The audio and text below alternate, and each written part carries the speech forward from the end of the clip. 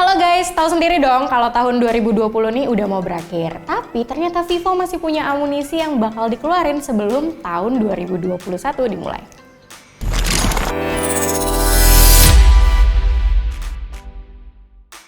Ini adalah Vivo Y51 yang jadi model terbaru di seri Y. Vivo Y51 ini juga masuk ke segmen mid-range karena nawarin spesifikasi yang bisa dibilang di tengah-tengah dengan harga paling kompetitif di kelasnya. Karena barangnya masih ada di dalam box, mending sekalian gua unboxing singkat aja kali ya.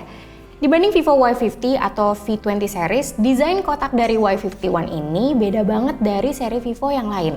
Kotak Vivo Y51 didominasi warna putih dan biru yang saling bertabrakan, termasuk buat tulisan model Y51 sama logo Vivo. Di pojok kanan atas ini ada informasi soal RAM sama memori internalnya, dan yang gue pegang ini dia itu RAM-nya 8GB dan memori internalnya itu 128GB. Info-info lain soal HP-nya ada di belakang, kayak baterai 5000 mAh, 48 megapiksel rear kamera, ultra stable video dan audio booster. Ada juga keterangan soal IMEI, tipe, dan tempat di mana HP ini dibuat. Waktu kotaknya dibuka, ada satu kotak lagi yang warnanya senada sama kotak terluar. Di dalam sini isinya macam-macam, ada kertas garansi dan buku petunjuk, SIM ejector, jelly case transparan, dan gue juga dikasih kartu SIM XL dengan kuota yang lumayan gede, 12GB buat setahun.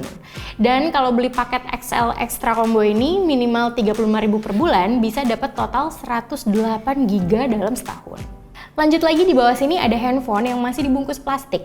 Unit yang gue dapat ini warna titanium sapphire atau lebih tepatnya gradasi antara biru ke silver. Nggak cuma dapat casing pelindung, di layarnya ini juga udah langsung kepasang anti gores bawaan. Tepat di bawah HP tadi ada kepala charger 18 watt, kabel data USB Type-C, dan earphone. Dan udah segitu aja isi dari kotak Vivo Y51. Sekarang gue coba bahas sedikit soal handphonenya. Pas awal megang, feel-nya itu gue ngerasa kayak Vivo Y20s, terutama karena ada fingerprint samping ini. Disebutnya ultra fast side fingerprint karena emang akurasi dan kecepatan sensornya itu ngebut. Buat desainnya sih selera ya, di Indonesia tuh pilihan warnanya ada dua, yang gelap sama yang terang. Kalau misalnya gue boleh pilih, gue bakal pilih yang terang aja alias Crystal Symphony. Karena menurut gue lebih eye-catching, tapi yang titanium sapphire ini juga nggak kalah keren karena pakai finishing matte yang lebih sering kita lihat di HP-HP Vivo sebelumnya. Selain kelihatannya modern, jadi nggak gampang kotor karena sidik jari. Tapi kalau kalian mau lebih aman, bisa dipakai aja jelly case-nya, aman dan warnanya juga masih tetap kelihatan.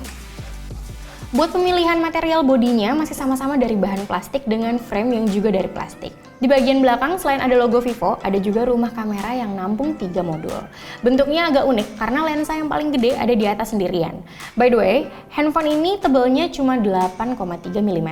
Kayaknya ini jadi salah satu HP paling tipis di segmennya ya. Balik ke kamera, lensa yang paling atas ini adalah lensa utama 48 megapiksel night camera f1.79, yang kiri bawah lensa 8 megapiksel f2.2 super wide angle, fungsinya sekaligus buat super bokeh juga.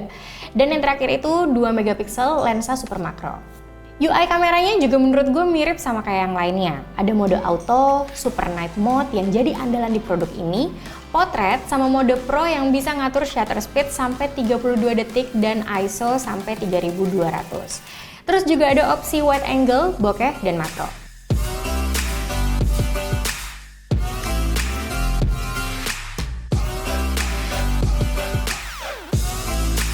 Kalau buat kamera depannya ada satu yang resolusinya 16 megapiksel f2.0. Mode-mode yang biasa dipakai juga ya nggak jauh beda sama kamera belakang, kayak super night selfie misalnya.